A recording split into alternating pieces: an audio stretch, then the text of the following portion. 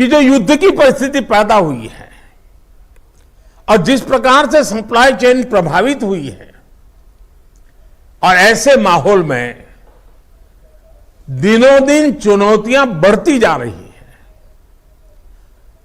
ये संकट, वैश्विक संकट, अनेक चुनौतियां लेकर के आ रहा है। ऐसे संकट के समय में केंद्र और राज्यों के बीच तालमेल को, कोऑपरेटिव फेडरलिज्म की भावना को और बढ़ाना अनिवार्य हो गया है। अब मैं एक छोटा सा उदाहरण देता हूं। जैसे पेट्रोल डीजल की कीमतों का एक विषय हम सबके सामने है। देशवासियों पर पेट्रोल डीजल की बढ़ती कीमत का बोझ कम करने के लिए केंद्र सरकार ने एक्साइज ड्यूटी में कमी की थी। पिछले नवंबर महीने में कम की थी।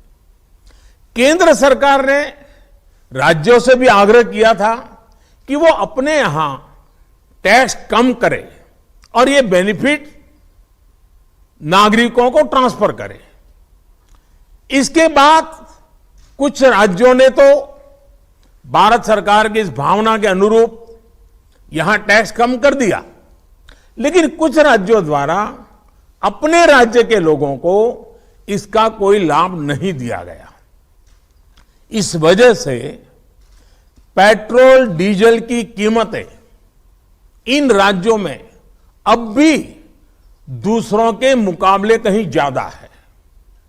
ये एक तरह से इन राज्यों के लोगों के साथ अन्याय तो है ही, साथ ही पड़ोसी राज्यों को भी नुकसान पहुंचाता है।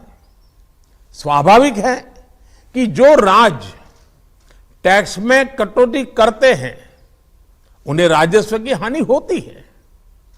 जैसे अगर कर्नाटका ने टैक्स में कटौती नहीं की होती तो उसे इन 6 महीनों में 5,000 करोड़ रुपए से ज्यादा का राजस्व मिलता।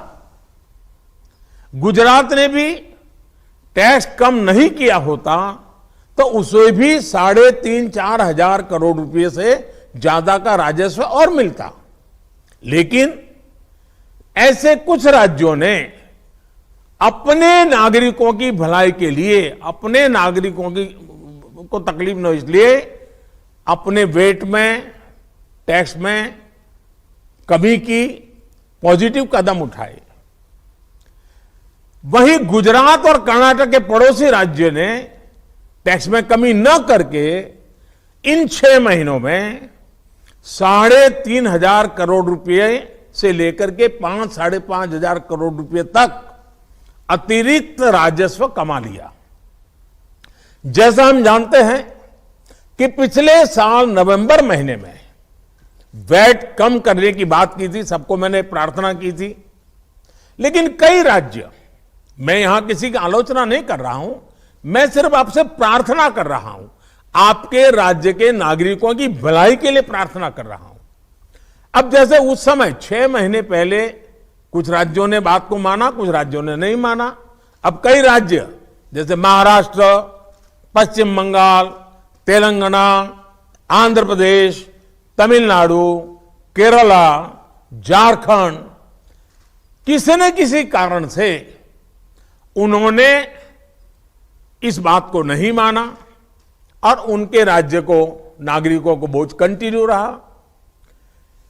मैं इस बात में नहीं जाऊंगा कि इस दौरान इन राज्यों ने कितना रेवेन्यू कमाया, लेकिन अब आपसे मेरी प्रार्थना है कि देश हित में आप पिछले नवंबर में जो करना था, 6 महीने डिले हो चुका है, अब भी आप अपने राज्य के नागरिकों को वैट कम करके इसका बेनिफिट पहुंचाइए। आप सब जानते हैं कि भारत सरकार के पास जो रेवेन्यू आता है उसका 42% तो राज्यों के ही पास चला जाता है। मेरा सभी राज्यों से आग्रह है कि वैश्विक संकट के इस समय में कोऑपरेटिव फेडरलिज्म की भावना पर चलते हुए एक टीम के रूप में हम सब मिलकर काम करें।